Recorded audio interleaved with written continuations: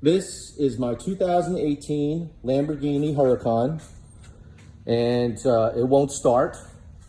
We replaced the battery. There's plenty of gas. It's premium gas. And when we start it, it kind of tries to start, but then there's like the squealing sound. It sounds like something is rubbing against an engine mechanical, or one of the bearings, and one of the mechanicals is not good. But we're gonna try to start it up. You'll see it dies right out, and just wanna figure out what this thing might be, whether or not it's something that's easy to fix, or whether or not this is gonna be a really, really bad engine repair. Anyway, so press your foot on the brake and then press start button. Press start button. It says the key's not here. Oh, hold on. Let me give you the key. All right, hold on. Right here.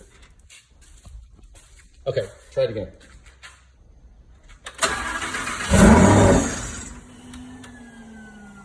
Do it one more time.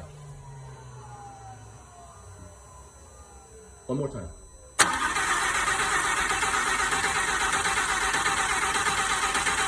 Maybe give it some gas.